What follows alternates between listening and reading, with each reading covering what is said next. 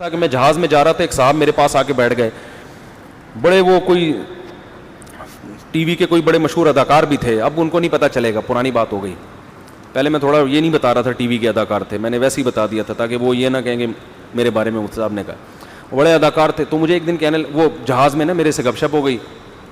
اچھا بچپن میں ہم نے ان کو دیکھا ہوا تھا تو میں تو پہچان نہیں رہا تھا, وہ تو کافی ایجڈ ہو گئے. تو انہوں نے مجھے وہ نہیں 50-50 میں وہ جو, میں نے کہا اڑے اچھا بھائی.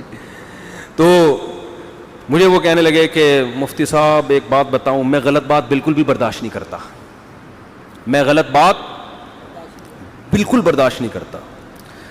اب چونکہ میری ان سے بے تکلفی نہیں تھی تو میرا دل چاہ رہا تھا میں ان سے کہوں آپ پھر ناقابل برداشت آدمی ہیں, کسی کے لیے آپ کو برداشت کرنا ممکن, کیونکہ جو آدمی بالکل بھی غلط بات برداشت نہیں کرتا نا اس کو دنیا میں کوئی بھی برداشت نہیں کرتا, کیونکہ دنیا میں 100% صحیح کہیں بھی نہیں ہو رہا ہے. کچھ غلطیاں برداشت کرنی پڑتی ہیں اس چکر میں کہ یار یا تو ہم میں تپڑ نہیں ہے اس کو صحیح کرنے کا یا یہ کہ اس کو برداشت نہ کیا تو اس سے زیادہ غلط ہو جائے گا. اب ابا سگریٹ پی رہے ہیں بیٹھ کے, پیے جا رہے ہیں پھونک رہے ہیں, غلط ہو رہا ہے نا, صحت بھی خراب ہوگی ابا کی. لیکن آپ کیا کرو گے, ایک دفعہ 2 دفعہ 3 دفعہ, اس کے بعد چھوڑ دو گے یار میں ان کا باپ نہیں ہوں.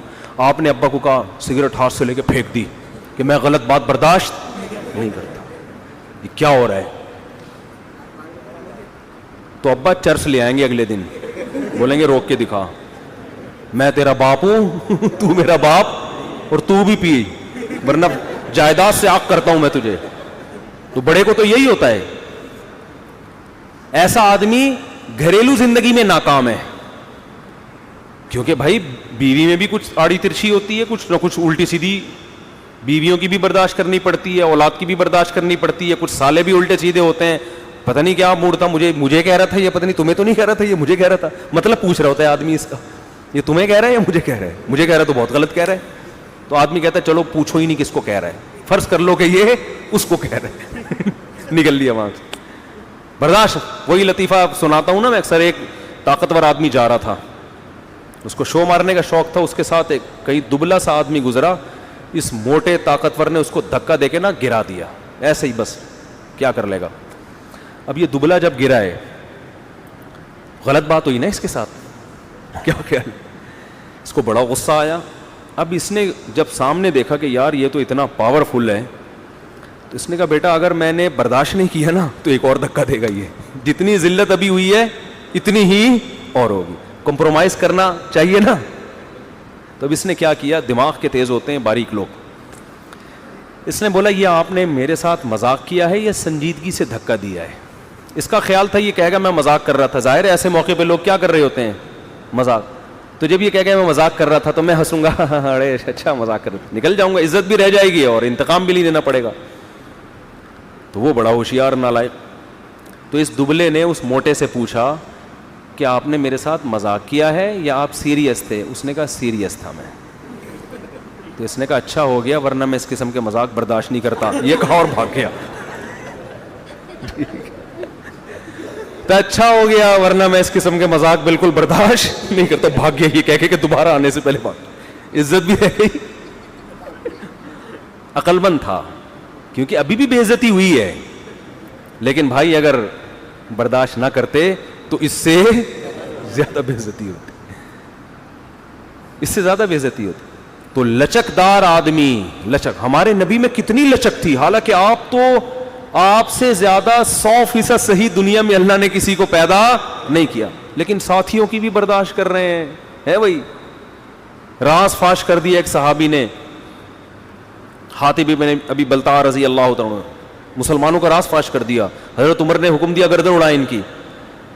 پوچھا بھائی کیوں فاش کیا, انہوں نے وجہ بیان کیا. آپ نے فرمایا چھوڑ دو, بدر میں شریک ہوئے, ان کی قربانی ہے, کتنا بڑا ظرف ہے کہ نہیں ہے, بھائی چھوڑ دو.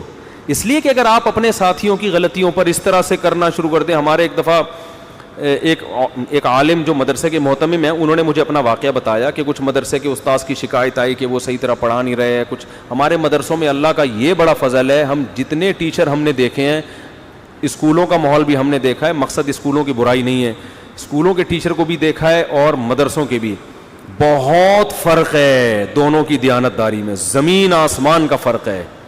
جو ہمارے مدرسے کے جتنے استاذ ہیں اتنی ذمہ داری سے پابندی سے پڑھاتے ہیں, اتنی محنت سے پڑھاتے ہیں کہ یہ محنت ہم نے اسکولوں میں نہیں دیکھی ہے, کالج میں بھی نہیں دیکھی. چند اساتذہ اسکول میں بھی تھے, کالج میں بھی, لیکن 100% نہیں. مدرسے میں ہم نے 100% دیکھا ہے یہ کہ, اور تنخواہیں بہت تھوڑی تھوڑی, لیکن ٹائم بھی زیادہ دے رہے ہیں. وجہ کیا ہے؟ موٹیویشن کہاں سے مل رہی ہے کہ بھئی یہ صدقہ جاری ہے ہمارے لیے. تو سب چیزیں تنخواہوں سے تھوڑی ہوتی ہیں. تو کچھ شکایتیں آئیں کہ آپ فلاں کو نکال دیں, فلاں کو نکال دیں, فلاں کو نکال دیں. انہوں نے کہا, جو مشورہ دینے والے تھے نا, ان کی فیکٹری تھی, انہوں نے کہا آپ کو جب اپنے ملازمین کی شکایت آتی ہے فوراً نکال دیتے ہیں؟ اس نے کہا نہیں نکالتے تو نہیں, تو فیکٹری بند ہو جائے گی, اس طرح نکالتے رہو بیٹھ. تو انہوں نے کہا آپ کو فیکٹری کی تو فکر ہے, مدرسے کی فکر نہیں ہے. تو یہ دین ہے, دین کو بچانے کے لیے بھائی 100% کون درست ہوگا؟ تو جس کی طبیعت میں, نیچر میں لچک نہیں ہے, فلیکسیبلٹی نہیں ہے, وہ دنیا میں کسی کام کا بولو نہیں. وہ بچوں پہ چنگیز خان بن جائے گا, بچے باغی ہو جائیں گے. تو وہ جہاز میں بیٹھے ہوئے میرے پاس کہ غلط بات بالکل بھی برداشت کرتا ہی نہیں. اچھا بھائی نہیں کرتے ہو گے یار, آپ ہی کر سکتے ہیں, ہم تو کر لیتے ہیں. میں دل میں سوچ رہا تھا میں نہیں برداشت کر رہا, آپ اتنی غلط بات کر رہے ہو, لیکن میں کیا کر رہا ہوں, کیونکہ مجھے پتا ہے میں اگر جواب دوں گا تو بحث چھڑ جائے گی, ہمارا تو سارا ٹائم اسی میں لگ جائے گا. تو ہم اچھا بھائی بس ہم نے یہی کہا, ماشاء اللہ اچھا لگا آپ کے منہ سے یہ سن کے.